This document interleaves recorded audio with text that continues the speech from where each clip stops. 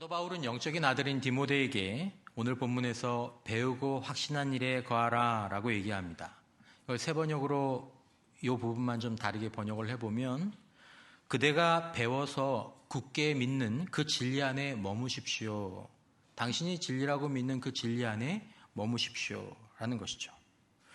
믿는다라는 것은 그냥 마음으로 뭔가를 그냥 받아들인다, 또 안다라는 것이 아니라 자신이 굳게 믿는 진리 안에 머무는 것, 거기에서 사는 것입니다. 이것이 믿는 것입니다. 그러니까 만약에 어떤 사람이 이렇게 믿음을 가지고 그 진리 안에서 살게 되면, 그 사실 안에서 살게 되면 어떤 일이 일어나겠습니까? 그 진리가 그 사람의 인격이 되고 그 사람의 마음이 되고 생각을 바꿔놓고 행동을 바꿔놓고 그리고 운명의 방향을 변화시키는 것입니다. 자, 모든 사람은 그 사람의 종교와 상관없이, 믿음의 크고 작음에 상관없이 자신이 믿는 바, 머물러 사는 믿음이 있습니다. 그게 다를 뿐이죠. 다를 뿐이죠. 모든 사람은 알든 모르든 자신만의 진리가 있고 그걸 의식화하지 못하는 경우도 있지만 분명히 자신이 믿는 바가 있고 자기 내면에 자기만의 성경이 있습니다. 저는 성경 모르는데요. 아니, 자기만의 성경이 있어요. 교회를 다녀도 그분의 인생의 성경은 자신이 보는 성경과 좀 다를 수 있습니다. 이 가운데서 부분만 될 수도 있고 아니면 여기에 뭔가를 더 추가해서 넣을 수도 있고 어쨌든 모두가 다 자신의 성경이 있다는 거죠. 그리고 그것이 우리의 인격과 우리의 인생, 자신이 굳게 믿고 머물러 사는 그것이 우리의 인격과 우리의 운명을 형성하게 되는 것입니다. 그렇습니다. 우리가 믿는 것, 우리가 뿌리를 내려서 머물러 사는 그 믿음이 우리의 인격과 운명이 되는 것입니다. 여러분과 지난 몇 주간 공감하고 공유하기를 원했던 이미지는, 그 그림은 두 장의 사진으로 요약될 수 있습니다. 제가 금요일 날도 이 사진을 가지고 한번 말씀을 나눴는데, 물이 없는 사막 가운데 떨기나무가 하나 있죠. 잎도 있는 듯 없는 듯, 열매는 기대하기 어렵습니다. 사막에 있는 나무에게 어떻게 열매를 기대하겠습니까? 하지만 또 한 그루의 나무는 강변에 그 강에 뿌리를 내리고 푸른 잎사귀와 많은 열매를 가지고 있습니다. 이것은 성경에서 나온 이미지입니다. 그리고 이 나무는 성경에 관한 사람을 비유하고 있습니다. 여러분, 이 두 장의 그림은 기독교는 무엇인가? 왜 우리는 하나님을 알아야 하고 하나님을 믿는다는 것도 무슨 말인가? 이 그림들이 이런 내용들을 설명하는 데 도움을 줄 수 있습니다. 금요일에 한번 살펴보았던 것처럼 예레미야서 17장 5절 이하에는 하나님이 이렇게 말씀하십니다. 여호와께서 이와 같이 말씀하시니라. 무릇 사람을 믿으며 육신으로 그의 힘을 삼고 마음이 여호와에게서 떠난 그 사람은 저주를 받을 것이라. 그는 사막의 떨기나무 같아서 좋은 일이 오는 것을 보지 못하고 광야 간조한 땅, 건건한 땅, 사람이 살지 않는 땅에 살리라.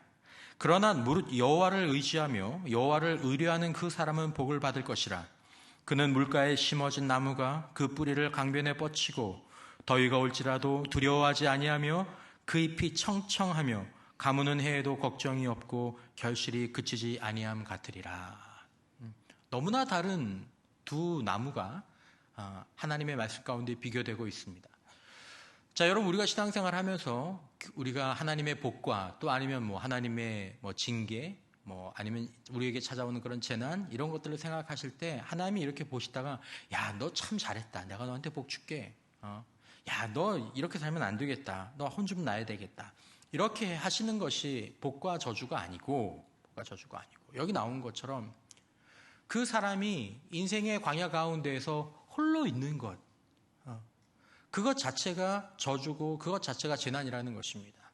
복은 그가 그 인생 가운데 홀로 있지 않고 그가 하나님 곁에서, 하나님이 그의 곁에서 그와 함께 발견되어지고 그의 영혼의 뿌리가 하나님에 되어 있는 것, 이것 자체가 복인 것이죠. 여기서 열매가 있고 아니면 이 황량한 떨기나무처럼 여기서는 아무 열매나 잎의 푸르름을 기대할 수 없는 것이 바로 성경이 말하는 복과 저주의 원리입니다. 그 상태에서 나오는 거죠. 여러분, 인간은 어떻게 살면 잘 살 수 있습니까? 그 대답을 우리가 모르지 않습니다. 우리가 정직하고 성실하고 사랑하고 서로를 용서하고 도우면서 감사하면서 그렇게 살면 우리가 행복하지 않겠습니까? 우리가 다 잘 되지 않겠습니까? 모두 다 압니다. 근데 그렇게 살지 못합니다. 여러분, 인간의 문제와 함께 인간의 회복과 행복의 길, 성경이 제시하는 길은 첫 번째 그 사막 위에 홀로 서 있는 떨기나무가 두 번째 그림으로 변화되어야 한다는 것입니다. 그렇게 바뀌어야 한다는 것입니다. 이것이 기독교 신앙입니다. 우리가 소망하고 우리가 믿는 것은 우리의 내면과 삶이 바뀌는 것입니다. 이렇게 시편의 1편 유명한 말씀처럼 복 있는 사람은 악인들의 꾀를 따르지 아니하며 죄인들의 길에 서지 아니하며 오만한 자들의 자리에 앉지 아니하고. 그 길에 누가 있습니까? 내 옆에 있는 사람들이 누굽니까? 오직 여호와의 율법을 즐거워하여 그의 율법을 주야로 묵상하는도다. 그는 시냇가에 심은 나무가 철을 따라 열매를 맺으며 그 잎사이가 마르지 아니한 같으니 그가 하는 모든 일이 다 형통하리로다. 인간은 관계에 따라서 그의 운명이 결정됩니다. 그 인생의 길에 죄인이 있고 그 인생의 길에 악인이 있고 그 인생의 길에 오만한 자가 있다면 우리가 그들과 함께 그들 곁에서 살아간다면 우리 인생의 결론은 이미 결정되어진 것입니다. 주님이 말씀하십니다. 너희는 내 곁에 있어라. 내가 너희 곁에 있어야 한다. 아니, 너희가 내 안에, 내가 너희 안에 있어야 한다. 요한복음 15장 4절 이하에 내 안에 거하라. 나도 너희 안에 거하리라. 가지가 포도나무에 붙어있지 아니하면 스스로 열매를 맺을 수 없음같이 너희도 내 안에 있지 아니하면 그러하리라. 나는 포도나무여 너희는 가지라. 그가 내 안에 내가 그 안에 거하면 사람이 열매를 많이 맺나니 나를 떠나서는 너희가 아무것도 할 수 없습니다. 관건은 이것입니다. 주님 안에 있는가 아니면 그렇지 않은가. 열매는 그 나무와 함께 그 나무가 어디에 있는지, 누구 곁에 있는지, 누구 안에 있는지에 따라서 달려 있다라는 것입니다. 내가 문제인가? 우리가 문제일 수도 있겠죠. 하지만 더 근본적인 문제는 내 곁에 누가 있느냐라는 것입니다. 나는 누구 곁에서 살아가고 인생의 길을 걸어가고 있느냐라는 것입니다. 나는 예수님을 믿어, 나는 하나님을 믿어 라는 이 말이 만약에 우리 안에서 하나님 곁에, 하나님의 품에 안겨 사는 것, 주님 안에 거하는 것과 같은 말이라면 주님은 우리에게 풍성한 열매를 약속하셨습니다. 그런데 내가 믿는다, 내가 하나님을 믿는다, 내가 교회를 다닌다, 내가 그리스도인이다라는 이 말이 하나님과의 관계, 예수 안에 거하는 것이 아니라 다른 것을 의미한다면 그 결과는 너무나 다르게 나타날 것이라고 주님이 예고하셨습니다. 열매가 조금 적어지나요? 다른 사람은 100배의 열매를 맺는데 나는 10 정도의 열매를 맺나요? 그렇지 않습니다. 6절에 보면 사람이 내 안에 거하지 아니하면 가지처럼 밖에 버려져 마르나니 사람들이 그것을 모아다가 불에 던져 사르느니라. 분명히 주님의 가지예요. 근데 말라버려요. 그냥 말라버리는 거죠. 여러분, 이 본문은 불신자들, 아직 신앙을 갖고 있지 않으신 미신자들에게 하신 말씀이 아닙니다. 예수님의 제자들에게 하신 말씀입니다. 예수님의 제자도 말라갈 수 있습니다. 아무 열매 맺지 못하는 삶이 오래 될 수 있습니다.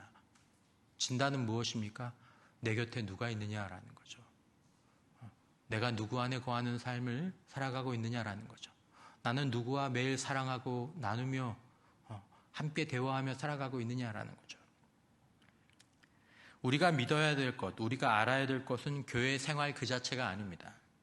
우리가 알고 믿어야 될 것은 이 교회 생활을 통해서 하나님 곁에, 하나님 품에 살면서 그분에게 영혼의 뿌리를 내리고 사는 것입니다. 영혼의 포도나무이신 예수님께 꼭 붙어서 예수님 안에 거하는 삶을 그것을 배우고 유지하는 것, 이것을 위해서 우리가 교회 생활을 배우는 거죠. 예수님은 그렇게 살자고 오늘도 말씀하시는데 예수 믿지 않는 분들에게 이 말씀을 하시는 게 아니라 예수 믿는 분들의 마음의 문을 두드리십니다. 예수 믿는 분들. 요한계시록 3장 20절 말씀, 교회들에게 하신 말씀 가운데 볼지어다 내가 문 밖에 서서 두드리노니 누구든지 내 음성을 듣고 문을 열면 내가 그에게로 들어가 그와 더불어 먹고 그는 나와 더불어 먹으리라. 나는 주님과 더불어 먹고 주님은 나와 더불어 먹는 그 신앙의 현재가 우리 안에서 이루어지고 있는가? 만약 이것이 우리 안에서 이루어지지 않고 이것이 희박해지고 이것이 멀어지고 있다면 우리 내면의 나무는 점점 말라갈 수밖에 없다라는 것입니다. 잎은 푸르지 못하고 열매를 기대하는 것이 어렵게 느껴지는 것입니다. 진단해야 한다는 거죠. 그러므로 사도 바울은 이런 그리스도인의 삶을 자신의 신앙 고백으로 이렇게 고백했습니다. 갈라디아서 2장 20절, 내가 그리스도와 함께 십자가에 못 박혔나니 그런즉 이제는 내가 사는 것이 아니요 오직 내 안에 그리스도께서 사시는 것이라. 나와 함께 사시는 그 그리스도가, 이제 내가 육체 가운데 사는 것은 나를 사랑하사 나를 위하여 자기 자신을 버리신 하나님의 아들을 믿는 믿음 안에서. 하나님의 아들을 믿는 믿음, 그것은 무엇입니까? 주님과 더불어 교제하면서 주님이 나를 통해 사시는 것입니다. 그 주님이 나에게 영향력을 미치시는 것입니다. 매일매일 순간순간 그 시간들이 더 많아지고 그 시간들이 더 깊어지는 것이죠. 이게 기독교 신앙입니다. 우리가 배우고 믿고 소망해야 될 것이 바로 이것입니다. 하나님과 나와 이런 관계 가운데에서 이런 관계를 누리면서 하루하루 살아가고 순간순간 살아가기를 배우는 것이 신앙의 학습입니다. 영성의 훈련입니다. 예수님께 꼭 붙어서 예수님이 내 뜻과 소원을 이루어주는 가지가 되는 것이 아니고 나라는 가지를 통해서 예수의 생명이 흘러나오는 그런 삶을 지향하고 추구하는 것이죠. 이것이 기독교 영성의 핵심이고 목표입니다. 여러분, 우리가 이렇게 하나님과 연결되어서 하나님으로부터 무엇인가를 공급받아 그분의 영적인 생명력을 공급받아 정서적인 생명력을 공급받고 육신적인 생명력까지도 공급받아서 우리의 인격과 삶을 통해서 흘려보내는 삶을 살기 시작할 때 거기에 맺혀지는 것은 우리의 마음에는 세상이 알 수 없는 평강과 위로와 힘이 우리 안에 채워지고 영혼에는 충만함이 있고 생각에는 지혜와 분별이 있고 우리 삶에는 우리가 전에 가지지 못하고 누리지 못했던 것들이 우리에게 이상하게 주어지는 것을 고백하게 되는 것입니다. 자, 여러분, 우리는 이것을 위해서 가장 중요한 출발점을 분명히 해야 할 필요가 있습니다. 우리가 반드시 붙잡아야 될 것이 있다는 것입니다. 그것은 무엇이냐면 이런 영적 농사에서 가장 중요한 일과는 오늘 여러분들과 나누기를 원하는 것은 성경을 기도하는 마음으로 생각하면서 읽는 시간이 우리에게 회복되고 유지되어야 한다는 것입니다. 성경을 기도하는 마음으로 생각하며 읽는 것. 하나님과 함께 살기를 원하는 자들은 성경을 읽어야 합니다. 예수님에게 꼭 붙어 살면서 내가 아니라 내 안에 거하시는 예수로 살기를 원하는 사람들은 성경을 읽고 묵상하는 일과를 멈추시면 안 된다는 것이죠. 성경을 읽고 묵상하는 삶이 하나님 곁에서 하나님이 주시는 생명의 능력을 받아 사는 것을 가능하게 하는 유일한 조건입니다. 함부로 유일한이라는 표현을 쓰면 안 되지만 유일한 조건입니다. 이 조건이. 여러분과 저는 요즘 매일 성경을 읽고 생각하면서 그 성경을 통해서 무엇인가를 깨닫고 그 깨달은 바를 가지고 기도하고 또 그 깨달은 바를 생각하면서 그렇게 살아가는 삶을 혹시 살아가고 계십니까? 만약에 이 삶이 우리의 삶 가운데서 끊어지고 있다면 하나님과 우리 사이의 관계에 법적으로는 관계가 있지만 실제적으로는 관계가 없는 삶을 살아간다라고 조심스럽게 말씀드릴 수 있습니다. 성경을 읽고 묵상하는 것은 제가 강조하는 것이 아니고 하나님의 백성과 그리스도인들에게 성경을 통해서 강조되고 있습니다. 앞서 인용한 말씀의 시편 1편의 말씀, 오직 여호와의 율법을 즐거워하여 그의 율법을 주야로 묵상하는도다. 앞에 있었던 사람들은 죄인의 길, 악인의 길, 오만한 자들의 자리에 앉아 있었던 사람입니다. 그 자리에 앉아 있던 사람이라는 것은 그는 그런 사람들과 관계를 맺으면서 살고 있었다는 것입니다. 그런데 복이 되는 사람은 2절부터 오직 여호와의 율법을 즐거워하여 그의 율법을 주야로 묵상하는도다. 오직 하나님과 함께 있는 사람이로다 이렇게 얘기하지 않고 오직 여호와의 율법을 즐거워하여 그의 율법을 주야로 묵상하는도다. 하나님의 말씀이 하나님의 얼굴인 줄 믿으시기를 바랍니다. 그럴 때 그는 시냇가에 심은 나무가 철을 따라 열매를 맺으며 그 잎사귀가 마르지 아니한 같으니 그가 하는 모든 일이 다 형통하리로다. 그림이 완성되는 거죠. 우리가 성경을 읽고 묵상하는 것은 단지 우리가 어떤 행동을 해야 하고 하지 말아야 하는지를 배우기 위한 것이 절대로 아닙니다. 성경을 찬찬히 읽어보면 그렇게 나오지 않습니다. 성경은 그리스도인의 삶의 규정집이 아닙니다. 성경은 하나님의 편지고 하나님이 자기 자신과 자신의 뜻을 드러내신 특별한 자기를 계시한 통로이시고 성경은 우리의 영혼의 양식이 되는 것입니다. 성경은 이 하나님의 말씀, 이 성경에 대해서 이 양식이라는 표현들을 자주 사용합니다. 신명기 8장 3절에 너를 낮추시며 너를 줄이게 하시며 또 너도 알지 못하며 내 조상들도 알지 못하던 만나를 내게 먹이신 것은 사람이 떡으로만 사는 것이 아니요 여호와 입에서 나오는 모든 말씀으로 사는 줄을 내가 알게 하려 하심이라. 하나님의 입에서 나오는 모든 말씀은 우리 인생의, 우리 영혼의 양식이 된다는 것입니다. 근데 하나님의 말씀이 어디 있냐라는 거죠. 내 삶에. 에스겔서 3장 1절에 또 그가 내게 이르시되 인자야 너는 발견한 것을 먹으라. 이 두루마리를 먹고 이스라엘 족속에게 말하라 하시기로 내가 입을 벌리니 그가 그 두루마리를 내게 먹이시며 내게 이르시되 인자야 내가 내게 주는 이 두루마리를 내 배에 넣으며 내 창자에 채우라 하시기에 내가 먹으니 그것이 내 입에서 달기가 꿀 같더라. 여러분, 우리는 하나님의 역사와 일하심을 우리 개인의 인생 가운데 기대합니다. 가정에서도 기대하고 또 교회에서도 기대합니다. 그런데 그런 우리 개인의 삶과 교회에서 반드시 하나님의 일하심이 확 나타나게 되는 영적인 조합이 있습니다. 영적인 조합. 여러분, 말씀도 유익하고 기도도 유익합니다. 그런데 성도가 이 말씀과 기도를 결합시킬 때 말씀을 읽고 묵상한 다음에 그 말씀을 통해서 깨달은 것들을 가지고 또 그 말씀에서 만난 또 발견한 또 받은 은혜를 가지고 기도의 힘을 얻고 그것으로 기도하면서 기도 시간들을 가질 때 그 인생과 공동체에서 말씀과 기도라는 조합이 영적인 폭발이라는 형태로 나타나게 된다는 것입니다. 하나님의 역사, 하나님의 일하심이라는 형태로. 여러분 혹시 유튜브나 이런데 그런 영상 보신 적 있으십니까? 콜라가 있고 멘토스라는 아이들 먹는 어른들도 먹지만 이 젤리 다 맛있죠. 따로따로 먹어도. 근데 저 멘토스를 콜라 안에 딱 넣으면 어떻게 되는지 아시죠? 한번 보신 적 있을 텐데 어떻게 되죠? 부글부글 끓면서 그냥 팍 손주 손녀 있는 아이들한테 이거 한번 해주시면 애들은 와 그렇겠지만 집은 난리가 날 겁니다. 영적인 이 화학 반응이죠. 화학 반응. 여러분 기도와 말씀의 영적인 조합도 그렇습니다.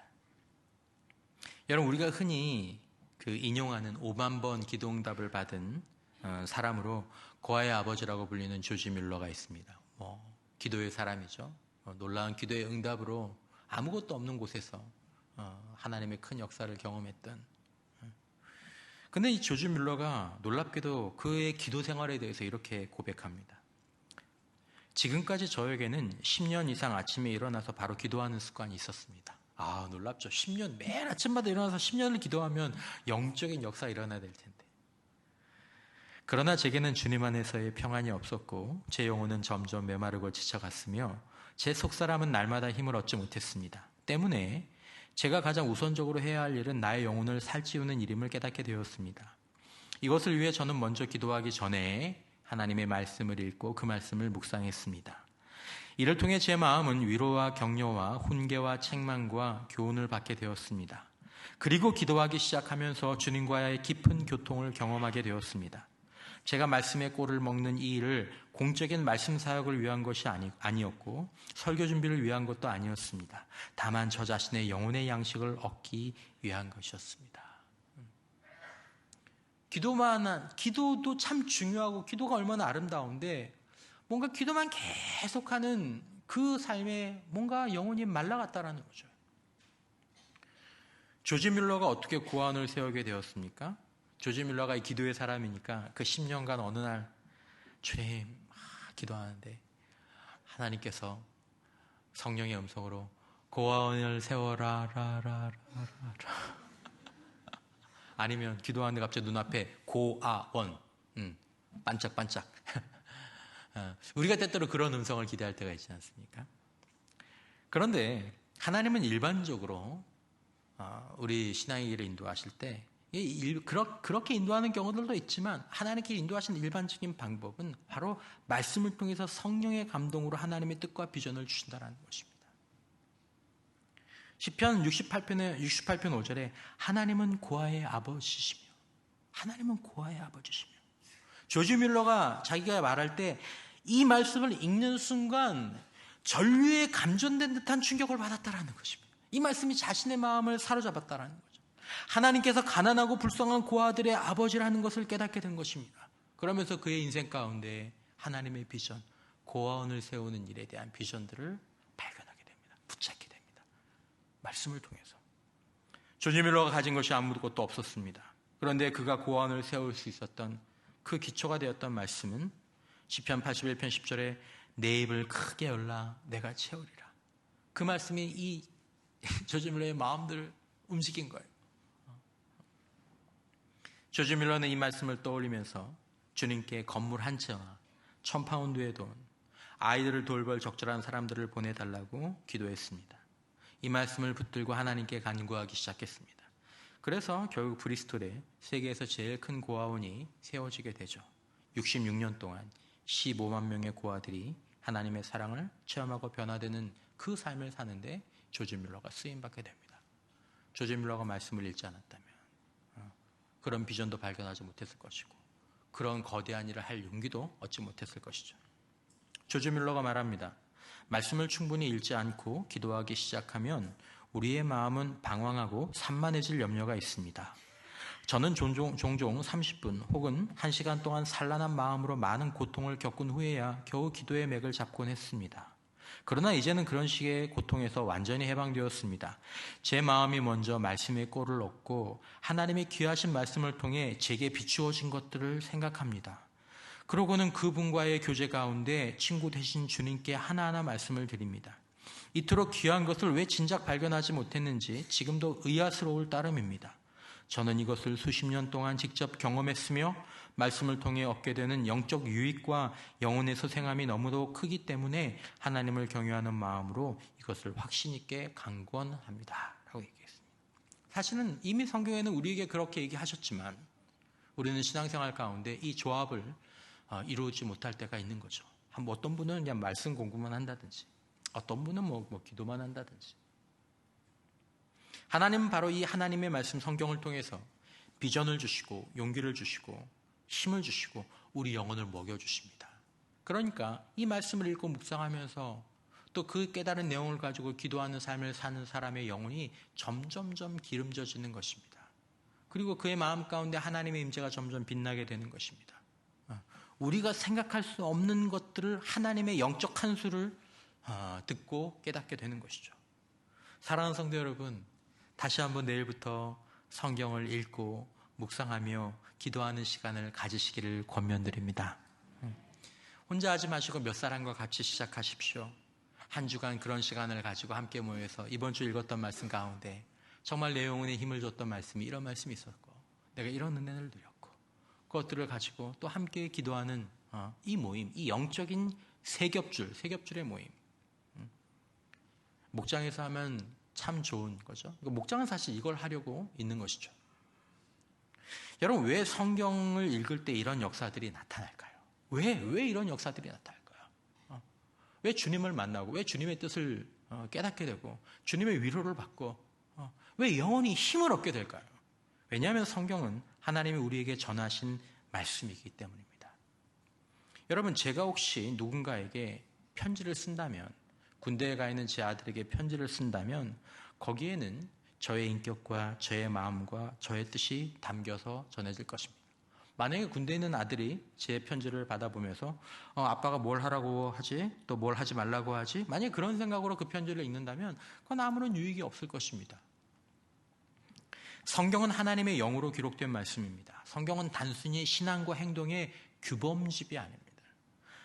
성경은 하나님이 거하시는 책이고 하나님의 뜻, 하나님의 마음, 지식과 지혜를 얻는 책입니다. 영혼의 생수와 양식이 되는 책입니다. 그리고 무엇보다도 성경이 우리에게 갖는 비밀은 오늘 이 시간 지금 살아계신 성령께서 하나님의 영감으로 기록된 이 말씀을 통해서 오늘 나에게 무슨 일들을 하신다라는 것입니다. 하나님을 알게 하시고 하나님의 마음을 체험하게 하시고 하나님의 뜻을 알게 하시고 우리 영혼을 먹여주신다라는 것입니다. 그러니까 하나님의 말씀을 가까이 하고 하나님의 말씀을 놓치지 않는 것은 바로 우리 주님을 놓치지 않고 우리 하나님을 놓치지 않고 사는 것과 같은 말이 되는 것입니다. 우리가 성경을 바른 마음과 태도로 읽고 생각하고 그 내용을 가지고 기도하면 하나님의 역사가 우리의 안과 밖에서 일어나지 않을 수가 없는 것입니다. 조나단 에드워즈는 위대한 신학자이고 설교가이고 영성가입니다. 마틴 로이드 존스 목사님이 조나단 에드워즈에 대해서 이런 얘기를 하셨다고 해요. 청교도가 알프스 산이고 루터와 칼빈이 히말라야 산이라면, 아마 산맥을 이렇게 번역한 것 같은데 산맥이라면, 조나단 에드워즈는 그 히말라야 산맥 가운데 가장 높은 곳에 있는 에베레스트 산과 같다. 그만큼 이 조나단 에드워즈가 이전의 신앙과 신학 위에서 성취한 그 영적인 영향력이 그만큼 크다라는 것을 로이드 존스 목사님이 비유로 말씀하신 것이라고 생각합니다.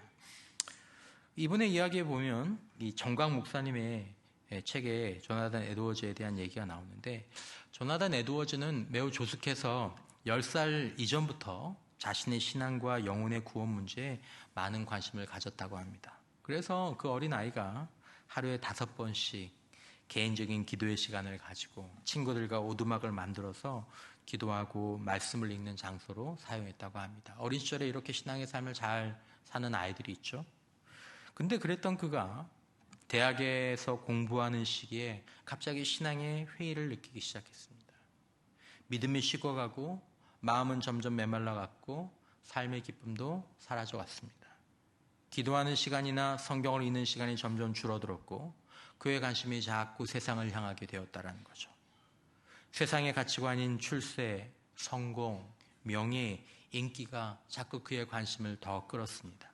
세상에 대한 목마름, 거기에 대한 갈증이 느끼게 되었고 방황이 갈수록 깊어졌습니다. 그러던 가운데 그는 늑막염이 걸려서 죽음 직전에 이르는 고통을 당하면서 자기가 지옥의 구덩이에 떨어질까 하는 불안에 떨기도 하는 삶을 살았습니다.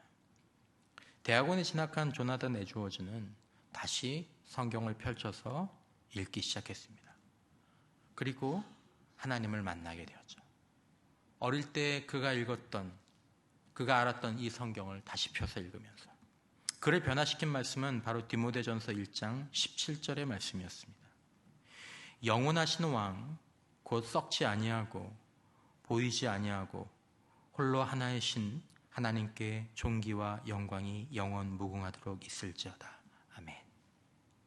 우리가 성경을 읽으면서 그냥 지나칠 수도 있는 이 말씀, 아무도 예상컨대 이 말씀을 조나단 에드워즈가 읽는 가운데 하나님이 어떤 분이신지 그 하나님의 임재를 간접적으로 체험했던 것이라고 생각합니다.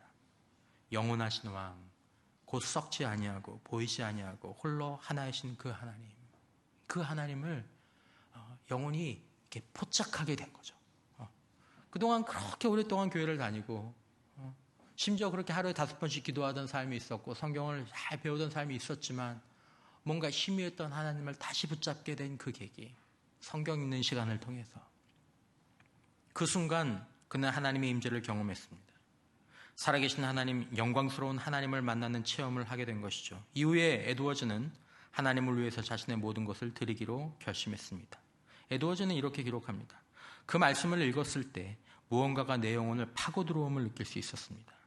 나는 전에 없던 태도로 구원 얻기를 간구했습니다. 그리고 그리스도 안에 있는 유익을 얻기 위해서 세상이 있는 모든 것들을 다 포기하고 내 모든 것을 하나님께 전적으로 드리기로 다짐했습니다. 나의 미래를 온전히 하나님께 맡기고 나 자신은 아무런 권리도 없는 사람처럼 살기로 했습니다. 하나님은 나의 전부이십니다. 하나님께만 나의 행복이 있습니다. 이후로 조나단 에드워즈의 유명한 결심문과 그 이후의 삶에 대해서는 그의 전기나 또 여러 책들에 잘 나와 있습니다. 사도 바울이 디모데에게 얘기했죠. 15절에 또 어려서부터 성경을 알았나니 성경은 능히 너로 하여금 그리스도 예수 안에 있는 믿음으로 말미암아 구원에 이르는 지혜가 있게 하느니라. 성경을 읽고 묵상하는 그 시간을 통해서, 기도하는 시간을 통해서 성경이 그리스도 예수 안에 있는 믿음으로 말미암아 구원에 이르는 지혜가 있게 한다라는 것입니다. 하나님은 이 성경을 읽는 이 시간을 통해서 조나단 에드워즈의 영혼을 다시 한번 사로잡으셨고 한 단계 더 성숙하셨고 위대한 삶에 헌신하게 하셨습니다. 흔히 이제 여러 책들이 요즘에도 가끔씩 보니까 인용이 되던데, 이 조나단 에드워즈의 그 후손들에 관한, 이 후손들이 어떤 삶을 살았는지에 대한 그 분석이 있지 않습니까? 자녀가 11명인데 그 11명을 통해서 태어난 자녀들이 한 1,400명 정도 되는 그 가문을 이루었는데, 그 가운데에서 14명의 총장과 학장, 100명 이상의 사역자들, 60명 이상의 의사들, 70명 이상의 작가와 언론인, 65명의 교수, 상원의원 3분, 주지사 3명, 부통령 1분, 고급 군인반군 25명, 이렇게 하면서 그 믿음의 가문을 쭉 이렇게 비교하는 게 자주 인용되곤 했는데, 자, 여러분, 저는 오늘 이 말씀을 준비하면서 하나님께서 성경을 통해서 비전을 주시고 그 비전을 이룰 힘과 용기를 주신다는 것이 연 때보다 좀 이렇게 마음에 깊이 다가왔습니다. 여러분 보시기에 어떨지 모르겠지만 저희 교회는 하나님의 은혜와 성도들의 믿음, 기도와 헌신 가운데 차분히 교회의 기초를 잘 다지고 있습니다. 엘리베이터 공사 잘 마치게 하신 하나님께 감사드립니다. 이제 더 이상 교회에서 공사 소리가 안 나게 될까요? 어제도 장로님, 안수지사님들이 이 교회 이 뒤쪽에 저희들 필요한 일들이 있어서 나오셔서 저거 다 자르고 어떤 분은 살짝 다치기도 하시고 그렇게 해서 지금 이루고 있는데 아마 계속해서 뭔가 쭉 일들이 있을 겁니다.